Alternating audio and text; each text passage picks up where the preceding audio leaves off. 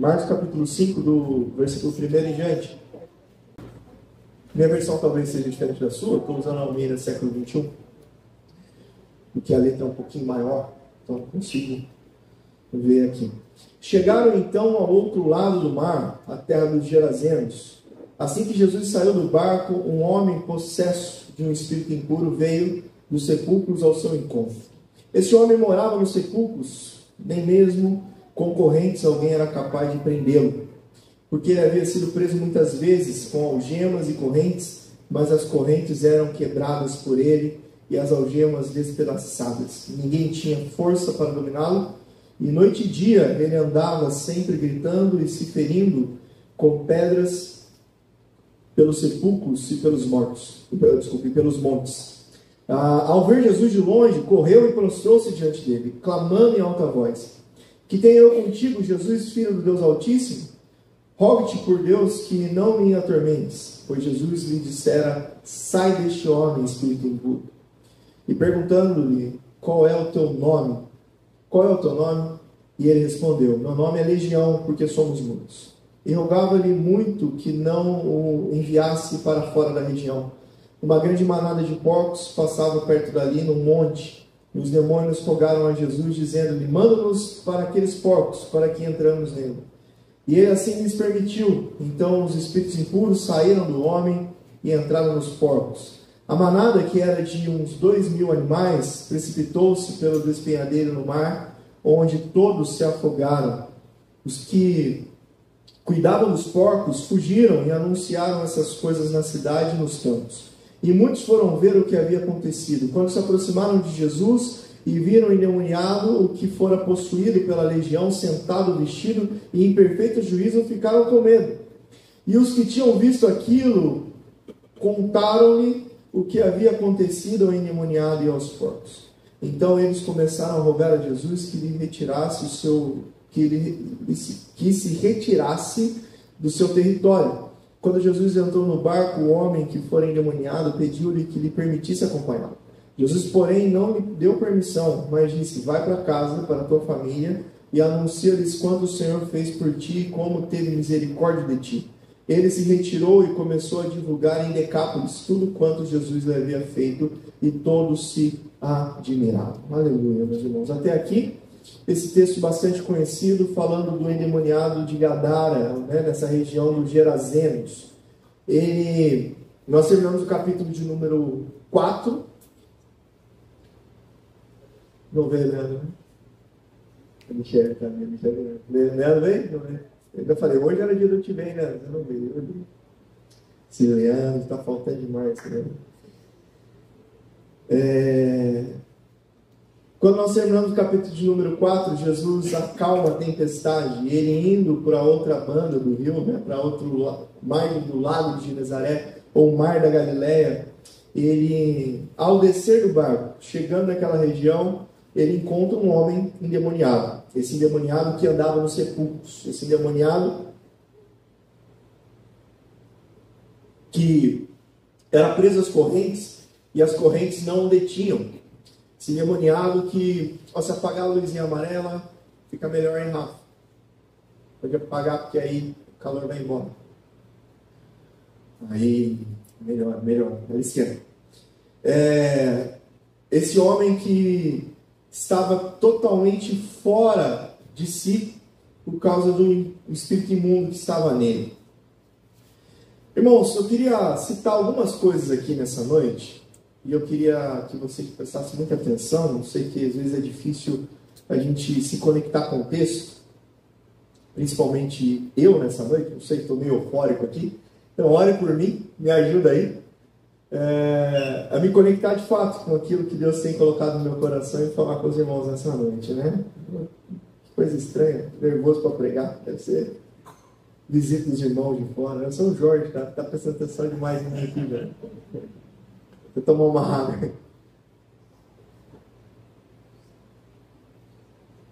Bem, dito isso, vamos citar algumas coisas aqui para a gente lembrar. A região dos Gerazenos, ou Gadarenos, ela faz parte da Decápolis, né? Que seriam 10 cidades dos gentios, a outra margem do Rio Jordão, a outra margem do Mar da Galileia, a outra margem de Samaria e de todas aquelas regiões. É uma região dominada mesmo pelos gentios, mas isso acontece desde a divisão do reino. Quando os assírios tomam conta, eles tiravam essa característica de um povo, trazendo povos de todos os lugares. E provavelmente quem morava nessas regiões eram gregos, não eram judeus. Provavelmente, a gente tem, por exemplo, uma cidade chamada Filadélfia lá, uma cidade chamada Damasco, não é aquela Damasco lá da Síria, é outra Damasco, naquela região chamada na Decápolis, nessas 10 cidades, por isso que o nome é Decápolis, e uma delas, os Gerazenos, né? Essa região onde esse homem morava. E nessa comunidade, eles criavam porcos, que já é um animal imundo para os judeus. O simples fato de falar que ali era uma criação de porcos, um judeu não iria. Lembra daquele texto da parábola do filho pródigo? Ele olha os porcos comendo ali as alfarrobas, né? Aquela comida de porcos, não é a lavagem que ele comia, era uma espécie de uma fruta. E aquele porco comendo aquilo, e ele não tinha o que comer, e o porco comia as alfarrobas. E ele fala, vou voltar para minha casa, porque isso aqui é uma humilhação. O porco tem o que comer. Eu sou judeu, o porco é um animal impuro para o judeu. O judeu não toca em porco, o judeu não cria porco, o judeu não come. Coitado do judeu, né? Está perdendo o que é um bacon, o que é um pernil, né? Não come. Uma leitoa, já vem na cabeça aquela leitoa com a maçãzinha, né? Não toca, um animal impuro para o judeu. E Jesus vai para essa região, onde seria impuro, ele e seus discípulos. Enfrenta uma tempestade. Acalma o mar. Para chegar lá e libertar um homem que estava possesso de demônios. E aqui a primeira coisa que a gente pensa, quanto vale uma vida para a gente? Qual o valor de uma vida para nós? Porque, para vezes, a gente não se desprende de fazer algo em detrimento do outro, porque a gente não quer perder o conforto das nossas vidas. Mas quanto vale uma vida? Baseada no massacre que nós vimos.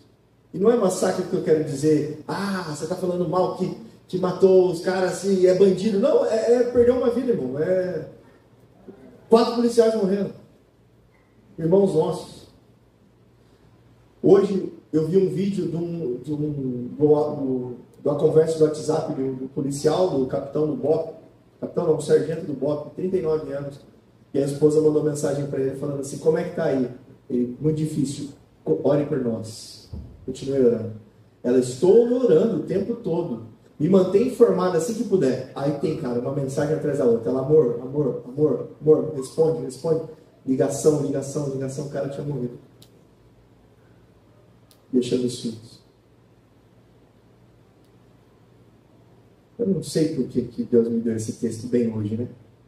Mas você sabe que a gente está na constância aqui. Acabou o capítulo 4. Eu nem sabia que ia ter operação. Você sabia? Você sabia, eu te vazou a informação. Nem sabia. E Deus não se alegra com essa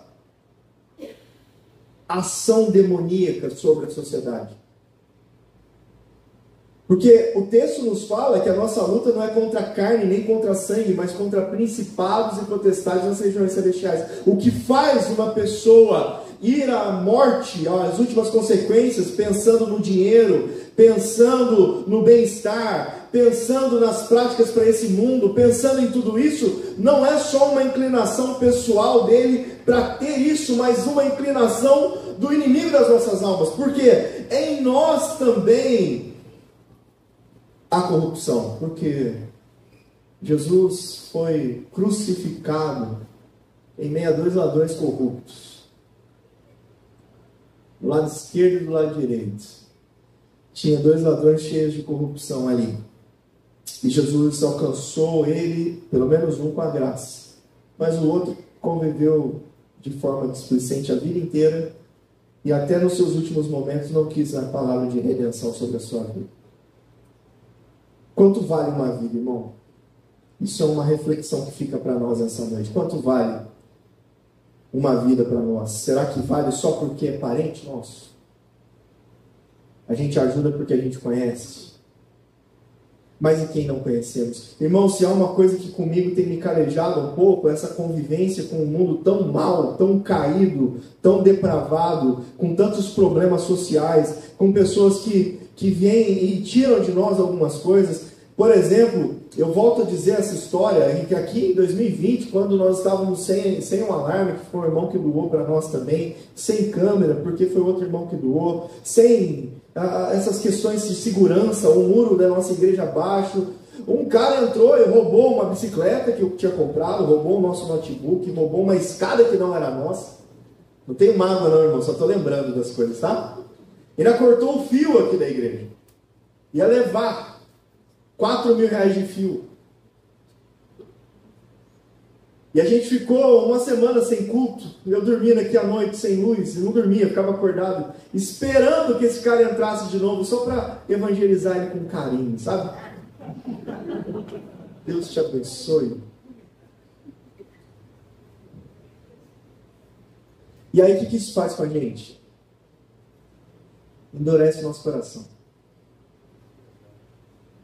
Porque aí você olha o necessitado e não pensa mais que ele é um semelhante seu que perece sem ter a graça de Deus e a misericórdia do Senhor. Endurece o nosso coração. Porque aí você olha e fala, é mais um pilantra. E se você quer ver um pilantra, irmão, é só olhar para o lado esquerdo seu. Se olhar para o lado direito, você vai ver outro pilantra. Porque nós somos esses. Nós somos corruptos na nossa forma de ser. Eu vi um pastor falando recente sobre isso, que ele saiu de casa sem documento. Esqueceu o documento em casa e pegou a moto e aí parou numa blitz. E aí o cara parou ele na blitz e...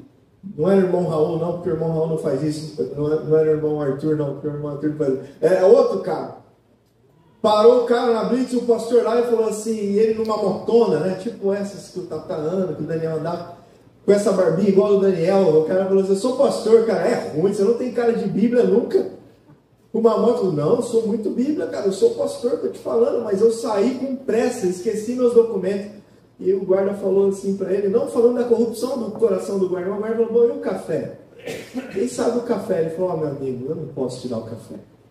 Em qualquer outra oportunidade, eu tomo café, almoço, jantar com você, a gente conversa, mas nessas circunstâncias, para eu não sair com a penalidade de estar sem o meu documento, eu não posso fazer isso. E aí, o que o guarda fez? Ah, tá bom, cara, vai embora. Você é o cara do motor aí, né? Vocês andam com essa Big Trio aí. Vai embora, vai. Segue teu caminho. E ele foi, e quando ele continuou, ele meio feliz, olha que bênção, recebeu um livramento. Aí o Espírito Santo começou a falar para ele, não, você é corrupto. Você estava fora de uma regra, você está sem um documento. Tem que andar documentado, era para sair multado de lá. E você está feliz porque você ganhou vantagem em algo. E ele falou que até chegar em casa ele ficava pensando, eu vou voltar para ser multado. Aí o cara falou, você é louco mesmo, né? Porque eu deixei você ir e você volta. Nós somos esses corruptos, irmão. Levamos vantagem? Beleza, não tem problema, mas não. Nós achamos que por estarmos levando vantagem, é Deus que está nos abençoando. Aonde? Quanto vale uma vida? Qual o valor de uma vida? Porque nós estamos rodeados de tão grande nuvem de testemunho. E de repente uma ação nossa que faz com que um pequeno tropece, faz com que a gente não pregue o Evangelho para as nossas vidas. Jesus sai da região onde ele estava, tranquilo, pregando, entra no barco e vai até a outra banda.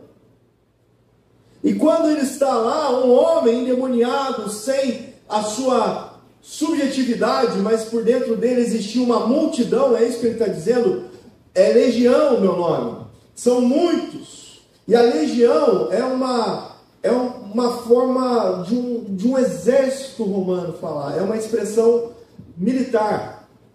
Uma legião era mais ou menos 6.000 soldados romanos.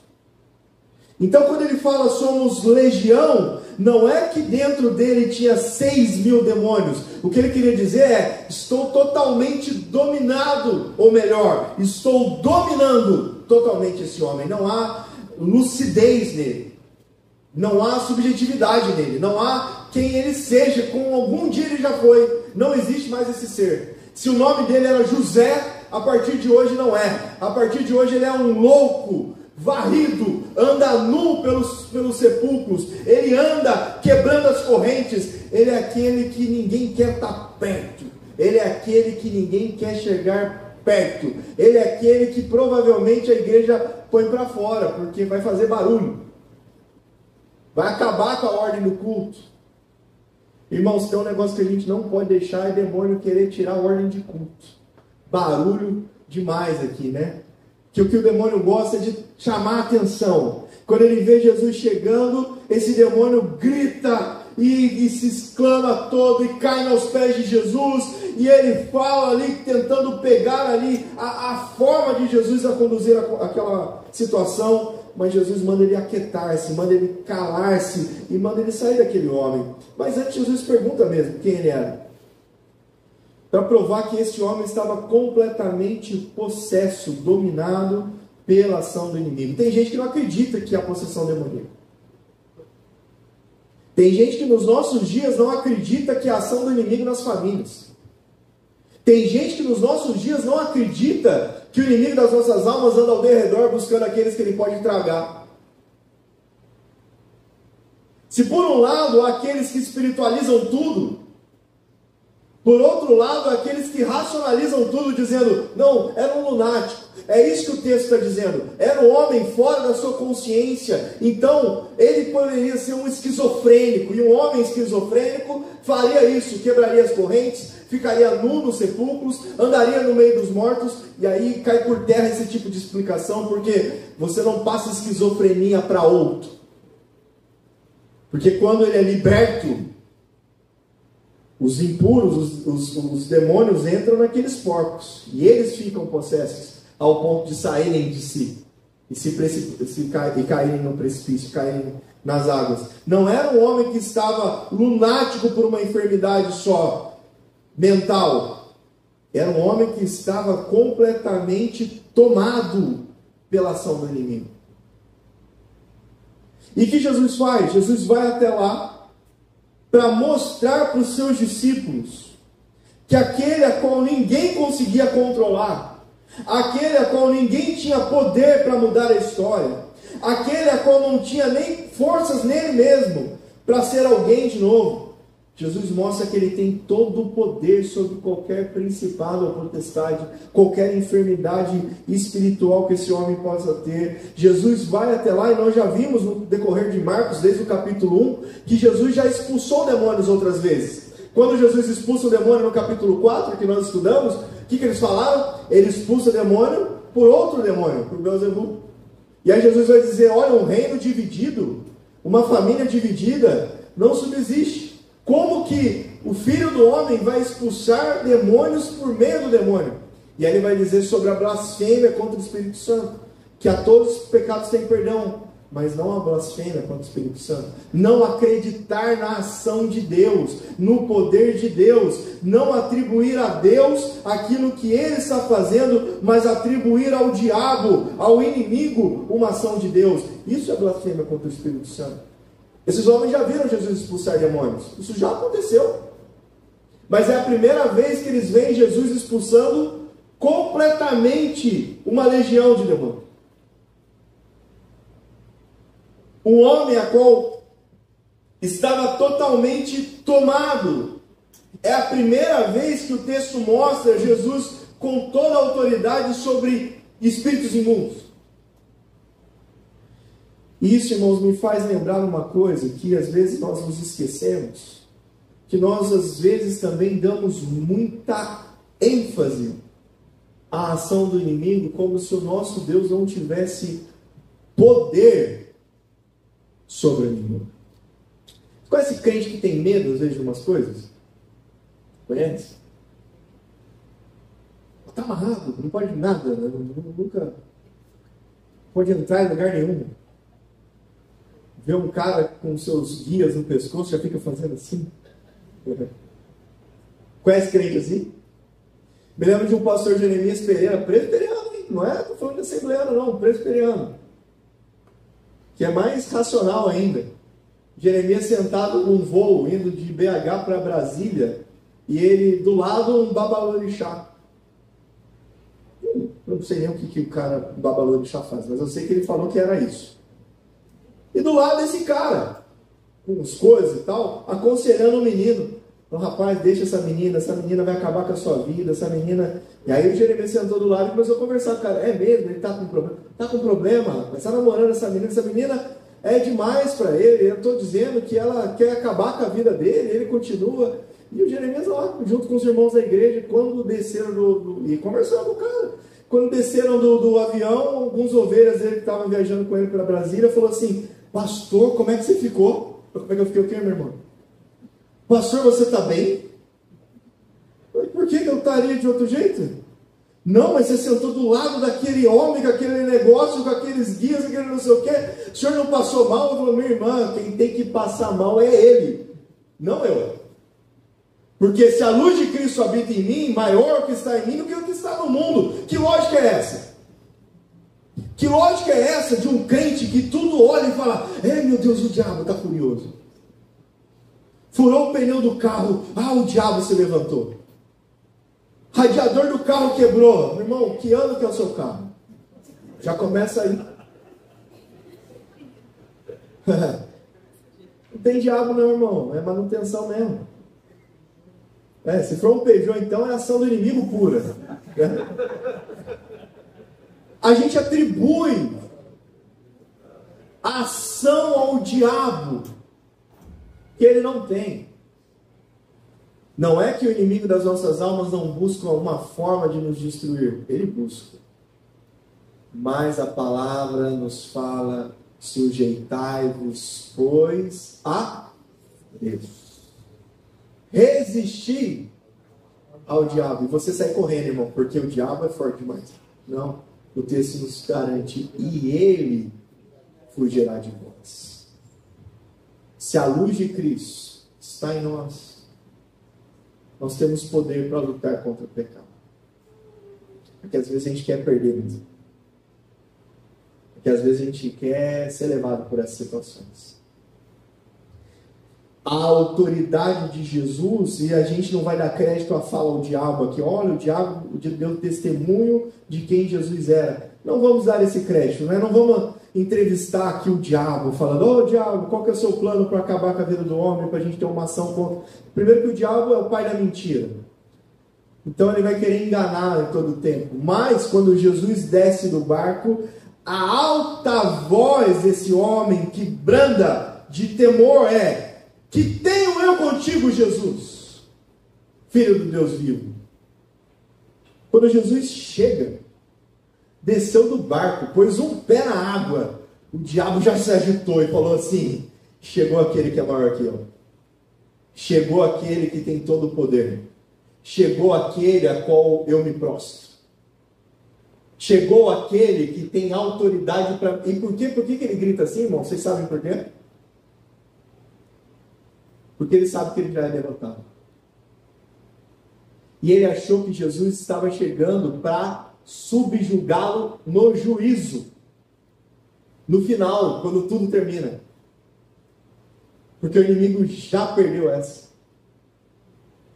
A luta espiritual, quem gosta de batalha espiritual e fica olhando e fala assim: parece que Deus está aqui guerreando, e o diabo se levantando, e Deus no sufoco, e vai lá e prende pela gola o diabo, e puxa pelo braço, e tenta dar uma chave de braço, e o diabo sai. Acha que é isso? Não, a luta, a batalha espiritual não tem nada a ver com a autoridade de Deus sobre a vida do inimigo, porque ele já é subjugado. Satanás está debaixo dos pés de Jesus. Ele pisou a cabeça da serpente. Quando você olha Apocalipse, você vê um anjo saindo do céu, um anjo trazendo a chave e prendendo o enganador, prendendo o dragão, prendendo a serpente. Não veio uma legião de anjos, não. Veio um anjo pela autoridade de Deus. Mas os crentes têm essa mania de colocar Deus no mesmo patamar do inimigo. Deus é criador de todas as coisas, inclusive desses que se demandaram e são os inimigos da nossa alma. Somos nós que passamos lutas. Mas se estamos em Cristo, Jesus se importa conosco, assim como ele se importou com o endemoniado gadareno. Como eu disse, qual o valor de uma vida? Para Jesus, foi a cruz. Mas antes disso, Jesus enfrentou as tempestades. Jesus enfrentou as adversidades. Jesus enfrentou as perseguições. Por amor a uma vida, Jesus foi até lá para libertar aquele homem de uma condição a qual ele vivia, totalmente tomado pela ação do inimigo. Jesus tem poder para mudar a sua história, irmão.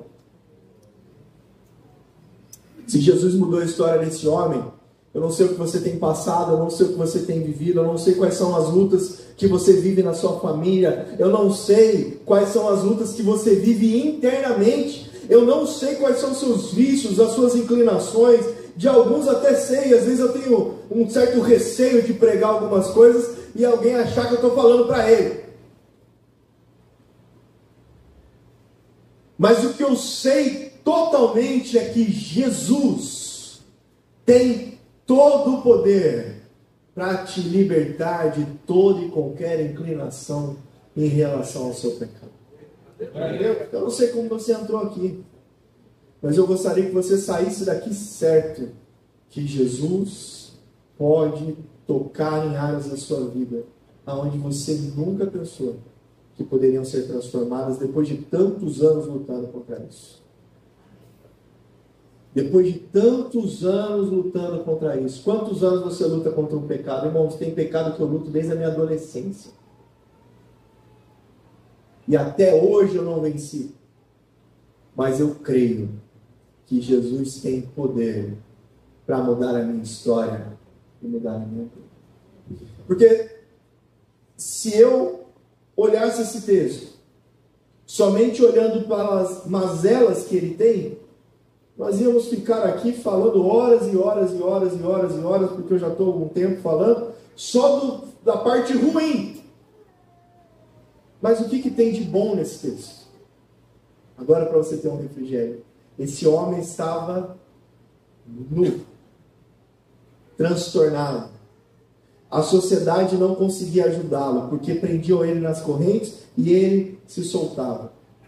Mas quando Jesus entra na sua vida, ele está completamente curado. Agora, quando a notícia se espalha e todo mundo corre até lá para a praia para ver o que tinha acontecido, o texto nos diz que ele estava vestido. Isso é um texto muito importante para nós. Pode não ter muita relação para você se olhar qual que é a graça disso.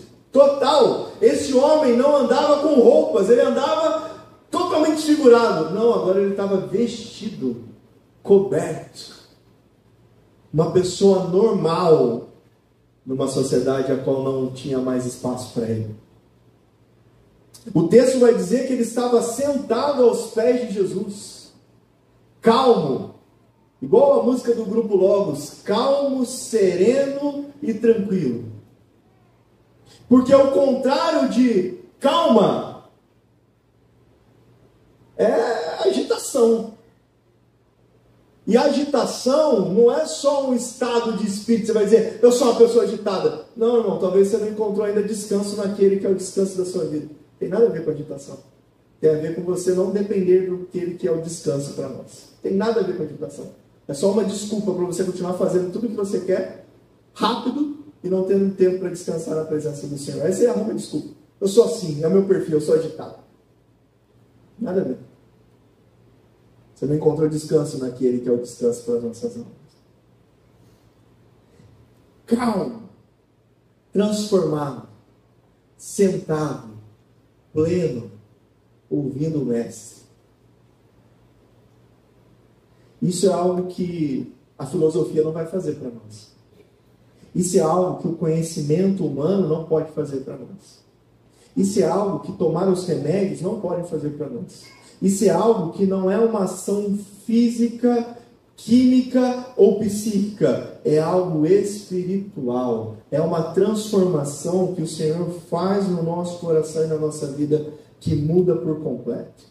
Irmãos, eu tenho uma experiência na minha família, uma das melhores que eu já tive, agora não mais porque meu avô faleceu, né? Não tem mais como eu aprender com ele.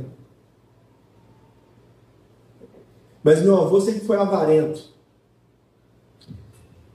Meu avô José Simões, pai da minha mãe, avarento. Ele não só ia nos mercados onde tinha promoção, ele colecionava jornais de promoção. E ele não era pobre, porque ele tinha sítio, tinha um açougue, tinha uma loja de som, os filhos tinham caminhão. Ele era bem de vida, ele tinha quarto ano primário, tirava terra no Porto de Areia. E aí foi crescendo na empresa, chegou a chefe da escavadeira, uma área que fazia escavações, né, os equipamentos de escavação, conhecido como FNV, Fábrica Nacional de Vagões. Era uma fábrica enorme. E ele tinha lá 400 homens que ele mandava, se vestia todo nos panos, né? Usava o tal do Pierre Cardin, lembra disso? Olha o cheiro do febo aí, ó. Lady Rosas. Usava todo, sapato samelo, peitinho assim, né? Só tem dinossauro aqui, né? E tal, desse jeito. Você usava tudo assim, mas avarento. Ele cantava uma musiquinha, irmãos, que era assim, ó. Sou pão duro, faço muito bem. Não dou esmola, não faço favor, não ajudo ninguém. Sou pão duro, faço muito bem. Quem acha ruim que faça assim, como eu também. Qual é a gente avarento assim? Ele brincava, você é mão de vaca. Ele não. Avarento. Aí o cara se converteu. E aí ele tinha umas casas de aluguéis e tal. Um dia eu estava sentado com ele, ele falando, Júnior, eu queria dizimar, cara, de tudo, porque eu dizimo pagamento, minha aposentadoria, estou tentando dizimar das casas, aí estou dizimando de mais não sei o que, só queria dizimar mais, sua avó não deixa. Eu falei, também você passou 50 anos da sua vida sendo um avarento, agora ela está fazendo aquilo que você funcionou então, mas eu queria tanto que ela entendesse o que é o reino de Deus, o que é Jesus, o que Jesus transforma, como muda a nossa vida, coisas que eram importantes para mim, hoje não faz mais diferença. Eu queria compartilhar as bênçãos que o Senhor tem me dado. Isso só quem nasceu de novo experimenta.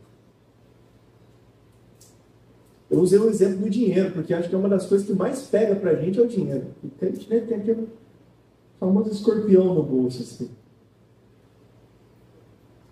Naquele dia eu vi que meu avô tinha se convertido de verdade. Porque uma pessoa que passou a vida inteira amando o dinheiro, abriu mão do que tinha. Porque não era mais importante para ele, o mais importante era servir Jesus. Parece coisa sem nexo do que eu estou dizendo, mas tem totalmente base bíblica aqui. O que aconteceu quando esse homem foi curado? Muitos correram até lá e viram a transformação do que Deus fez na vida desse homem. Mas lá era uma região onde criavam porcos.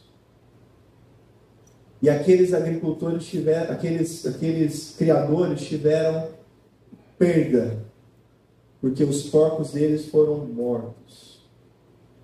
E aqueles homens falaram para Jesus, saia da nossa terra, não fique aqui. Porque se continuar fazendo o que você está fazendo, vai acabar o nosso dinheiro. Vai acabar os nossos porcos. Vai acabar o nosso sustento. Nós não queremos abrir mão da vida que levamos para seguir o Senhor. Nós não queremos largar o nosso Deus para seguir o Senhor. Nós não queremos abrir mão do nosso conforto para seguir o Senhor. Nós não queremos que o Senhor entre na nossa terra para nos atazanar. Porque se acontecer com as nossas criações aquilo que aconteceu aqui, nós estamos perdidos. Então o que nós preferimos? Volta para o teu barco. Volta para outra banda. Que nós queremos continuar com os nossos porcos. Quais são os porcos que a gente tem ficado, irmão? Quais são as áreas da nossa vida que a gente está preso, que é porcaria? E a gente continua preso nelas. Quais são as áreas que nós estamos presos, que nos afastam de Jesus, e nós estamos ainda apegados nela, ao ponto de não vivermos uma vida plena no Senhor, alegre e confortável em Jesus? Às vezes as nossas respostas são parecidas com a desses homens. Não nos incomode. Não toque nessa área da minha vida. Deixa do jeito que está. Deixa que eu continue assim. Não toque nisso. Porque eu sou assim. Não precisa lidar com essas coisas em mim. Não precisa mudar o meu caráter. Não precisa mudar a minha fala. Não precisa mudar o meu comportamento. Não precisa mudar os meus meios de convivência e aulas aonde eu ando. Não tem problema. Deixa eu aqui. Volta para o teu barco, Jesus. É isso que às vezes muitos respondem. É isso que às vezes nós respondemos. Mas quando esse homem responde de forma positiva e tem a sua vida transformada, Jesus traz esse homem para um grande ofício na sua vida. E aqui eu quero encerrar nessa noite.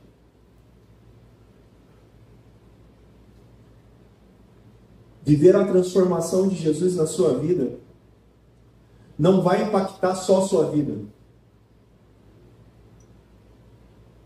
mas vai impactar as pessoas à sua volta. Mulheres esperam desesperadamente que os seus maridos sejam homens de Deus, que ensinem seus filhos o caminho a qual devem andar. As mulheres estão cansadas, sobrecarregadas, de ter funções a qual muitos dos homens não fazem, que deveriam ser deles: pastorear o seu lar, cuidar da sua casa, zelar pela esposa, pelos filhos. Jesus mandar esse homem de volta para a sua família é algo que é extraordinário para nós como igreja do Senhor.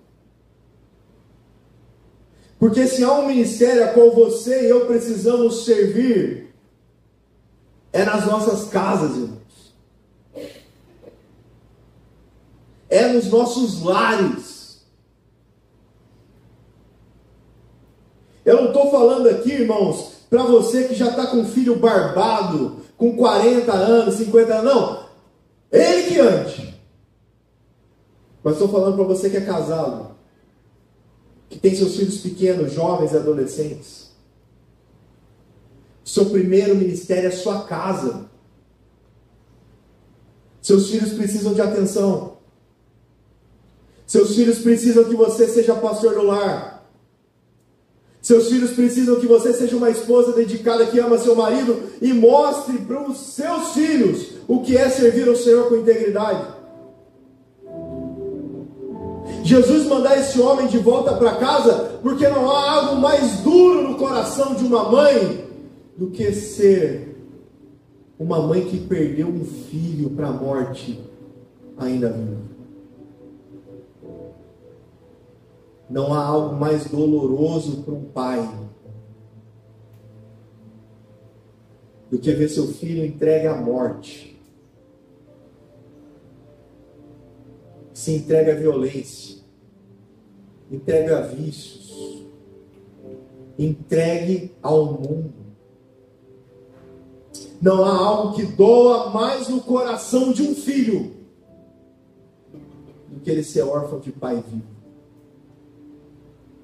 Órfãos de pais vivos. Filhos que foram abandonados pelos seus pais. E não falo abandonado de não querer cuidar dos filhos, falo abandonados com eles ainda em casa, aonde o tempo e a presença em outras coisas é maior do que a dedicação com seus filhos.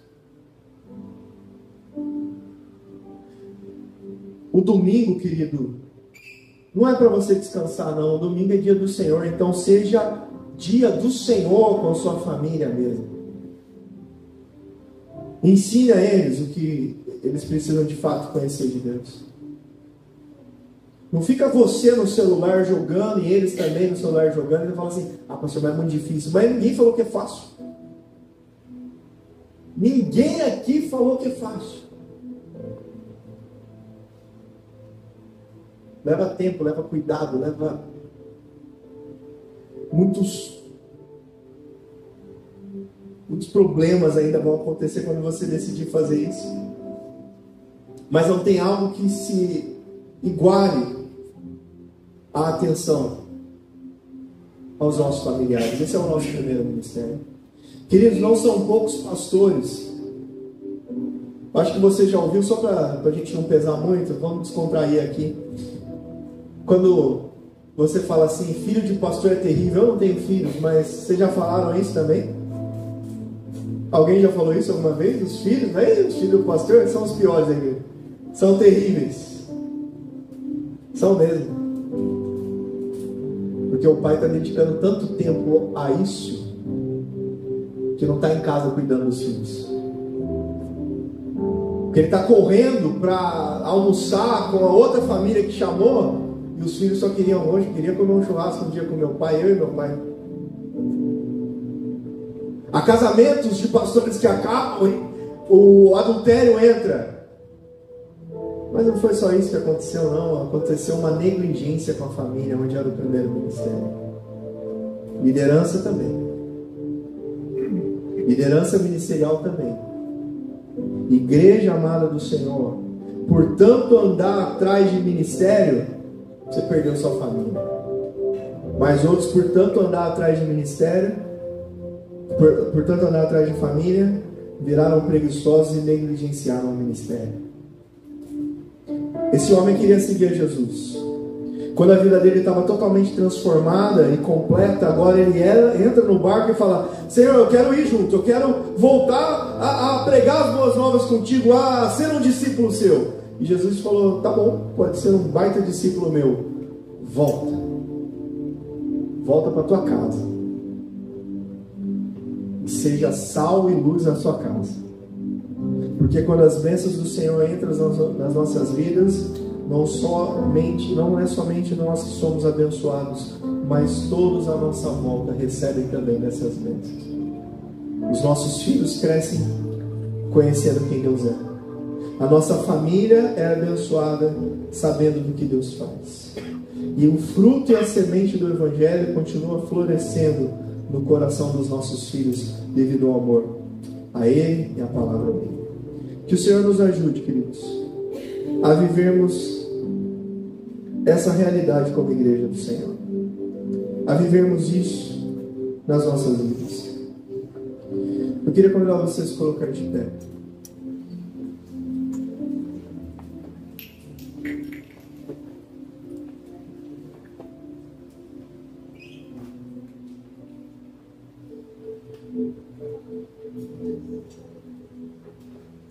Nós vamos orar nessa noite, mais uma vez. Para que o Senhor, ó Deus, visite o nosso coração de forma plena. Oh, Pai amado.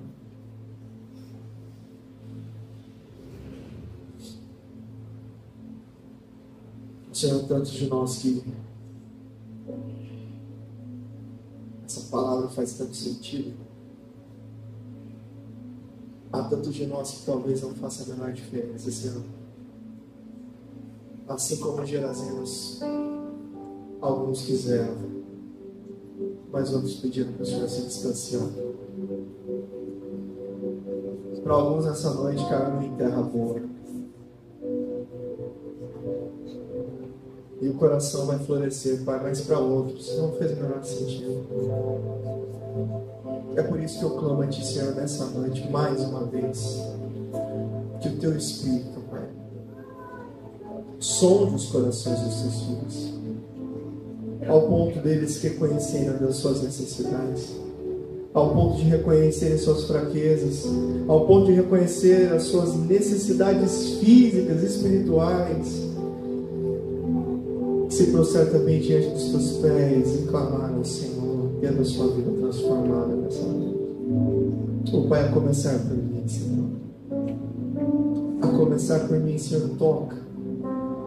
Toca em áreas da minha vida, Senhor, que precisam ser melhoradas. Toca, Deus, em áreas do meu coração que precisam ser restauradas pelo Senhor. Oh Pai, que isso que Jesus fez nessa noite, buscando esse que é perdido, seja também um ponto alto do nosso coração, da nossa vida, buscar aqueles que estão perdidos, Pai. Aqueles que estão cativos, Senhor, aqueles que estão opressos, e serem libertos pelo poder do Teu nome, Jesus.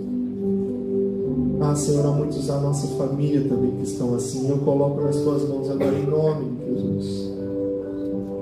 Vai tocando, ó Deus, nas casas dos Teus filhos. Vai tocando, Senhor, na família dos Teus servos aqui nessa noite. Aquilo que eles têm vivido na Tua presença, Senhor, que transborde nos seus lares ao ponto da conversão chegar, ó Deus, nas suas casas, nas suas famílias, em nome de Jesus. Oh Pai, visita o Teu povo. Visita o Teu povo, ó Deus, cada vez mais é o que nós te pedimos. Visita o Teu povo, ó Deus, com amor e graça. Visita o Teu povo, ó Pai. Visita o Teu povo. Convença-nos, ó Deus, e nos transforme com o toque do Teu Santo Espírito, Pai, em nome de Jesus. Em nome de Jesus. É o que nós te pedimos, Pai, e te agradecemos. Que o maravilhoso amor de Deus, nosso bendito Pai, que a graça do Seu Filho amado Jesus Cristo e as boas, doces e agradáveis consolações do Espírito Santo de Deus seja com você, igreja amada do Senhor, seja com o povo de Deus espalhado na face da terra, não só hoje, mas para todo sempre. Amém e amém.